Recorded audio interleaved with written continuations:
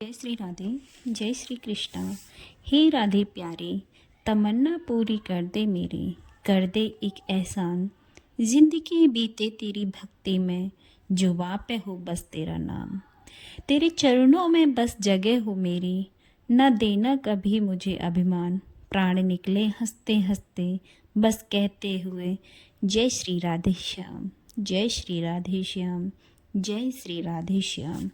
आज हम आपको एक महान भक्त भोलानाथ जी का जीवन परिचय के बारे में बता रहे हैं। भक्त भोलानाथ जी को स्वयं हमारी राधा रानी ने भोरी सखी का नाम दिया था। चलिए अब जानते हैं राधा रानी की प्रिय भोरी सखी के विषय में। मध्य प्रदेश में भेलसा नामक स्थान पर एक परिवार था जो भगवान श्री कृष्ण का परम भक्त था। उस परिवार के मुखिया का नाम था छेदालाल जी। इनकी कोई संतान नहीं थी। उम्र बढ़ रही थी और मतलब फिर एक बंदे की जो चिंता सी हो जाती है ना, तो एक बार क्या हुआ, अमावस्या का दिन था। कोई ब्राह्मण इनके द्वार पर भिक्षा के लिए आए। भिक्षा मांगी तो छेदालाल जी की धर्मपत्नी भिक्षा लेकर बाहर आई तो ब्राह्मण ने पूछा, आपकी संतान कहाँ है? तो परम भक्त छेदालाल जी की पत्नी ने कहा, प्रभु मेरी तो कोई भी संतान नहीं है। अब यह सुनकर ब्राह्मण बिना भिक्षा लिए आगे बढ़ गया। छेदालाल जी की पत्नी को इस बात का बहुत ही ज़्यादा दुख हुआ। उन्होंने अपने पतिदेव को बताया तो पतिदेव उन्हें समझाते रहे, पर संतानहीन रहना यह अब उन्हें सहन नहीं हो रहा था। वह रात भर रोती रहीं। पतिदेव श्री वृंदावन के प्रति अनुराग से भरे थे। पत्नी का मन बहल जाएगा और श्री राधा वल्लभ लालजू की कृपा भी मिल जाएगी, यह सोचकर मध्य प्रदेश के भेलसा स्थान से श्रीधाम के लिए दोनों चल दिए। श्री वृंदावन में जब पहुँचे तब इनकी पत्नी को कुछ सुकून मिला, क्योंकि वृंदावन की हवा में भी भक्ति होती है। इनके कुल में श्री राधा वल्लभ लालजू की ही उपासना की जाती थी, इसलिए बांके बिहारी जी महाराज के दर्शन करके ये श्री राधा वल्लभ लाल जी के दर्शन के लिए पहुंच गए। पर वहां जाते ही, मंदिर में घुसते ही इनकी पत्नी को जाने क्या ही भाव उठा और उन्होंने जोर जोर से रोना शुरू कर दिया। कुछ देर बाद छेदालाल जी की पत्नी अपने आंसुओं को पोंछकर वहीं पर बैठ गई, पर अंदर ही अंदर उनको राधा वल्लभ लालजू के प्रति इनका प्रेम बढ़ता ही जा रहा था और पक्का और गहरा हो रहा था। यही श्री जी की कृपा से छेदालाल जी की पत्नी का गर्भ ठहर गया। अपने आप पता नहीं, और समय आने पर भोरी सखी का जन्म हुआ। अच्छा, भोरी सखी मैं बोल रही हूँ, पर यह एक पुरुष थे, पर सखी भाव इनके अंदर बहुत ज़्यादा था। इसी कारण इन्हें सखी कहा गया है। संवत 1947 आषाढ़ मास की कृष्ण षष्ठी को छेदालाल जी के यहाँ एक पुत्र ने जन्म लिया। उसी दिन बहुत वर्षा हुई। 2 सालों से उस जगह पर बारिश नहीं हो रही थी, अकाल पड़ा हुआ था। पर यह क्या था, भक्त का जब जन्म होता है तब चारों दिशाओं में मंगल ही मंगल छा जाता है, और शायद उस दिन भी वही हुआ। जमींदार थे छेदालाल जी, इसलिए खूब लुटाया। गांव वालों के साथ साथ ब्राह्मणों को भी खूब दान दक्षिणा दिया और पुत्र का नाम रखा भोलानाथ। कहते हैं पूरे 2 महीने तक सूर्य नारायण के दर्शन नहीं हुए। वर्षा इतनी हुई कि भूमि झूम उठी, वृक्ष लहरा उठे। किसानों के लिए तो यह बहुत ही शुभ समय था, क्योंकि पिछले 2 सालों से पानी नहीं था। तो समझो कितना ही सूखा पड़ा हुआ था। छेदालाल जी के यहाँ सिर्फ एक बालक ही नहीं हुआ, कुछ समय बाद एक और बालक हुआ और उसका नाम रखा गया शंभुनाथ। भोलानाथ जी बचपन से ही भक्ति करने लगे। भोलानाथ जी को कुछ भी प्रिय नहीं लगता था। इनके गांव में श्री राधा कृष्ण का एक मंदिर था। उस मंदिर में जाने के लिए जब ये 1 साल के थे ना भोलानाथ जी, तो रोते रहते थे। तब तक रोते रहते थे जब तक इनकी मैया इनको मंदिर नहीं ले जाती, और वहाँ जाते ही, मंदिर में पहुँचते ही ये दौड़ते शिव विग्रह को छूने के लिए। अपने राधा कृष्ण के पास जाने के लिए ये मचलते रहते, और जब पुजारी जी मना करते तो फिर जोर जोर से रोना शुरू कर देते। अब वो नन्हा सा बालक ही था, इतना प्यारा सा 1 साल का। इसलिए पुजारी जी को गोद में लेकर विग्रह को हाथ लगवाते तो कभी विग्रह के नेत्रों को छूते, कभी कपड़ों को, कभी अधरों को, और फिर हंसते हुए खिलखिलाते हुए और खूब प्यारे लगते। इस तरह की भक्ति भाव ने भोलानाथ जी को 11 साल के जब हो गए थे, उस समय की तो देखो अपनी ही गति है। उनकी माता अब रहती क्योंकि भोलानाथ जी जो थे वो सामान्य बालक नहीं थे। ये संसार की बातों को जल्दी सीखते नहीं थे। इनको किसी सामाजिक कार्य में रुचि नहीं होती थी, शिक्षा आदि में तो इनका मन नहीं लगता था। उन्हें तो बस कोई कृष्ण कह दे इससे ज़्यादा प्रसन्न हो जाते थे भोला जी को। और प्रसन्नता तब होती थी जब कोई राधा या राधे कहता। उस समय मध्य प्रदेश में राधे नाम इतना प्रचलित नहीं था। जैसे अब तो हम कहीं भी जाते हैं तो बोलते हैं राधे राधे भैया, उस समय इतना नहीं था यह नाम प्रचलित था। पर हमारे भोलानाथ जी को यही नाम सबसे ज़्यादा प्रिय था। भोलानाथ जी ने स्वयं से ही श्री राधा श्री राधा श्री राधा कहना आरंभ कर दिया। एक समय गांव के पुजारी ने कहा कि श्री राधा कृष्ण मंदिर में भागवत की कथा होनी है। बस फिर क्या था, भोलानाथ जी सब कुछ छोड़कर मंदिर की व्यवस्था में ही लग गए। भागवत कथा में इनका खूब मन लगा। इतना मग्न होकर सुनते, राधा राधा राधा राधा राधा राधा राधा। बस इस दिव्य मधुर नाम को भोला जी ने गांव वालों के मुख पर भी चढ़ा दिया था। ये हमेशा से ही राधे राधे कहते रहते थे, तो सामने वाला भी वही कहता था। सबके मुंह से यही नाम चढ़ गया। अब उस भागवत कथा में भोला जी को जो निश्चल भक्ति थी उसे हवा दे दी। भोला जी बड़े हो गए, युवा हो गए, और इनका भाई शंभुनाथ पढ़ाई पूरी करके शिवपुरी में अब नौकरी करने लगा था। माता पिता ने भोला जी को वहीं कुछ दिन घुमाने को कहा तो शंभुनाथ जी ने कोलरस में के गोपीनाथ मंदिर में के सेवाधिकारी पंडित श्री गोपीलाल जी से राधा वल्लभ संप्रदाय की भोलानाथ जी को दीक्षा भी दिलवा दी। गुरुजी ने उन्हें आज्ञा दी कि आप विवाह कर लीजिए। अब गुरुजी की आज्ञा थी तो उसे पूरा तो करना ही था, इसलिए इन्होंने विवाह कर लिया। पर गृहस्थ जीवन में इनका बिल्कुल मन नहीं लगता। प्रभु के प्रति इनका स्नेह और सांसारिक जीवन से वैराग दिनों दिन बढ़ता जा रहा था। इन्होंने अध्ययन करते हुए बीए की परीक्षा उत्तीर्ण की। उसी समय छतरपुर के राजा श्री विश्वनाथ सिंह जी ने इनकी प्रतिभा, ज्ञान और भक्ति से प्रभावित होकर इन्हें अपने महल में धार्मिक सलाहकार के रूप में अपने पास रख लिया। भोलानाथ जी वहां रहकर स्वाध्याय करते और एक निश्चित समय पर जाकर राजा के साथ धर्म की चर्चा करते। राजा के पास ग्रंथों का एक बहुत बड़ा संग्रहालय था। वो भोलानाथ जी के बड़ा ही काम आया। इन्होंने कई तरह की वाणी और भारतीय दर्शनों का अध्ययन किया। इसी बीच में इन्होंने वकालत की परीक्षा पास कर ली। कुछ दिनों के लिए यह कोलारस अपने भाई के पास वकालत करने के लिए गए, पर प्रभु के प्रेम रंग में रंगा हुआ इनका चित्त वहां पर भी रम न सका। छतरपुर के महाराज द्वारा वापस बुलाए जाने पर यह वापस छतरपुर आ गए और फिर धीरे धीरे छतरपुर से ही इनका मन उन्हें लगा। यह वाणी ग्रंथों का पाठ करते और उसमें वर्ण श्री राधा कृष्ण की दिव्य लीलाओं का चिंतन करते। ब्रज के सुमधुर प्रेम रस में हर समय डूबे रहते। इसी से इनके मन में प्रेम के विरह की अग्नि से ओतप्रोत पदों का सागर उमड़ता रहता, जिन्हें भोली सखी के पदों का नाम दिया गया। यह जो महसूस करते, जो भी फील करते, वह पदों में लिख देते थे। उसी को भोली सखी के पद कहे गए।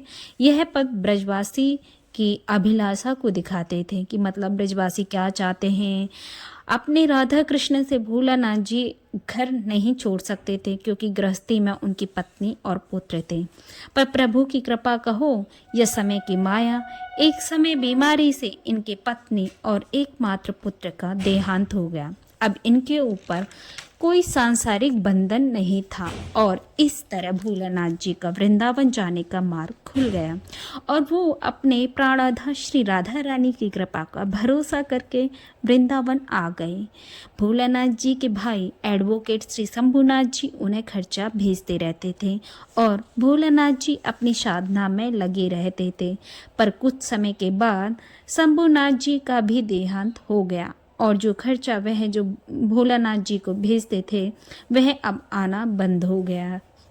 भोलानाथ जी की मनोस्थिति ऐसी नहीं थी कि वो अपने जीविकोपार्जन के लिए कुछ काम कर सकते थे या किसी से कुछ मांग ही सकते थे। उनकी ऐसा बिल्कुल अवस्था नहीं थी, जबकि वे पढ़े लिखे कितने थे। चाहे हम कुछ ना करें, शरीर चलाने के लिए कुछ ना कुछ तो खाना ही पड़ेगा। अब करें तो क्या करें, तो इसके लिए उन्होंने बड़ा सुंदर आइडिया निकाला। क्या आइडिया किया? सेवा कुंज में यात्री बंदरों को चने डालते थे। अच्छे चने तो बंदर खा लेते थे और जो ठुड्डी होती थी उसे छोड़ देते थे, उसे बंदर भी नहीं खाते थे, पर उसी ठुड्डी को खाकर भोलानाथ जी ने अपनी क्षुधा, अपनी भूख को शांत कर लिया करते थे। अब जब हमारी किशोरी जी ने, हमारी करुणा में सरकार है ना जो राधा रानी, उन्होंने उनसे ये देखा नहीं गया। वो उसको कैसे सहन कर सकते थे कि उनका भक्त ठुड्डी खाकर रह रहे हैं। यह वो मेरी राधा प्यारी को कभी बर्दाश्त नहीं होगा। इसलिए राधा वल्लभ मंदिर के सेवायत गोस्वामी जी को सपने में आकर उन्होंने आदेश दिया कि भोरी सखी सेवा कुंज में चनों की ठुड्डी खाकर रह रही है और यह मुझे बर्दाश्त नहीं है। उन्हें रोज़ मेरा प्रसाद जाके दे दिया करो। अब राधा रानी की कृपा से भोरी सखी को सुंदर भोजन की व्यवस्था तो हो गई। भोरी सखी को अब रोज़ बढ़िया से बढ़िया प्रसाद भोजन मिलने लगा, पर हमारी भोरी सखी अपने सुख व ऐशो आराम की चाह में थोड़ी ना वृंदावन में थी, ना ही वो राधा रानी की इतनी सी कृपा के भुलावे में आने वाली थी। ऐसा होता है ना, जब किसी को भूख हो तो रोटी दो, उससे पेट भरेगा। मेवा चाहे कितना महंगा हो, वो दोगे तो पेट थोड़े ना भरेगा। और भोरी सखी साधारण इंसान नहीं थी, वो तो उच्च कोटि की भक्त थे और राधा जी के दर्शन चाहते थे। इसी से वो राधा जी को उल्टा उल्हाना देने लगे। भोली सखी क्या कह रही हैं, बड़े सुंदर भाव हैं उनके, बताती हूँ आपको। वे कह रही हैं, राधा प्यारी, तुम्हारी इस कृपा से मेरा क्या होगा? तुमने मुझसे कभी यह पूछा कि मैं क्या चाहती हूँ, किस लिए गोद पसार कर तुम्हारे द्वार पर चिल्ला रही हूँ? मेरा असली दुख क्या है, कभी यह जानना चाहा तुमने? मैंने तो अपनी ओर से सारे नाते तुमसे ही मान रखे हैं और मुझे पता है तुम भी मुझे अपनी सखी मानती हो। अब अगर तुम्हें मुझे अपनी मानती हो तो मेरी सुध लेती हो और मुझसे पूछती भी नहीं हो कि भोरी आखिर तू चाहती क्या है। इस तरह के प्रेम भरे उल्हाने भोरी सखी राधा रानी को देती थीं और इनके बहुत सुंदर पद भोरी सखी के पदों में लिखे हुए हैं, पर हमारी राधा प्यारी यह उल्हाना सुनकर भी कोई उत्तर भोरी सखी को नहीं देती थी। अब भोरी सखी हमारी यह सोचती थी कि मैंने इतना कुछ राधा रानी को कहा, उन्होंने मुझे जवाब नहीं दिया, तो उन्होंने सोचा कि शायद राधा जी यह समझती हैं कि अगर मैं भोरी से पूछूंगी तो जाने वो मुझसे क्या ही मांग ले। यह भी तो हो सकता है कहीं कोई अमरता का वरदान ही ना मांग ले। इसलिए हो सकता है कि राधा रानी मुझसे पूछ नहीं रही हैं, पर मैं उन्हें खुद ही बता देती हूँ कि मैं आखिर चाहती क्या हूँ। तो भोरी सखी ने क्या कहा, मैं क्या चाहती हूँ, तुम मिलो या ना मिलो, मिलन की चटपटी चाहती हूँ, तुम्हारे ना मिलने का हृदय में दर्द चाहती हूँ, तुम्हारा विरह चाहती हूँ। इस तरह के पद भोरी सखी ने राधा रानी को समर्पित किए। भोरी सखी बहुत सयाने थे, वो राधा कृष्ण को पाना नहीं चाहते थे, वो उनका प्रेम, उनकी प्रीति चाहती थी। भोरी सखी जानती थी कि जिस किसी ने में राधा कृष्ण की प्रीति होती है उन भक्तों के वे स्वयं हो जाते हैं। इसलिए राधा कृष्ण अपनी प्रीति ऐसे ही किसी को देते नहीं हैं। मुक्ति, माया, मोह, माया के जाल और प्रलोभन देकर भक्त को यूं ही टाल देते हैं। भोरी सखी पर श्री राधा बल्लभ लाल जी के प्रसाद की कृपा तो रोज ही हो रही थी, पर इससे ना उनके उल्हाने में कोई कमी आई नहीं आई और ना ही उनके वैराग्य में। जब हम किसी को अपना मानते हैं ना, अपना समझते हैं और पूरी तरह से उसके हो जाते हैं ना, तो प्रेम से उसको कुछ भी कहते हैं। अब हमारी भूरी सखी जो थी, ऐसा नहीं कि राधा रानी इतने सुंदर प्रसाद की व्यवस्था कर दी तो इससे वो मान जाती। वो क्या करती थी, वो रोज प्रसाद लेकर यमुना तट पर जाती, गुस्से से या प्रेम से, भाव से, जैसे भी कहो, सारा प्रसाद यमुना जी में बहा देती थी।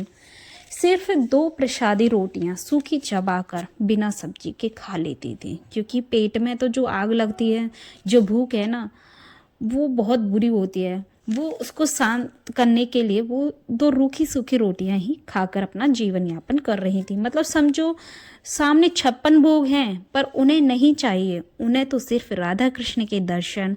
भूरी सखी यहाँ वहाँ एकांत में बैठकर आंसू बहाया करती थी।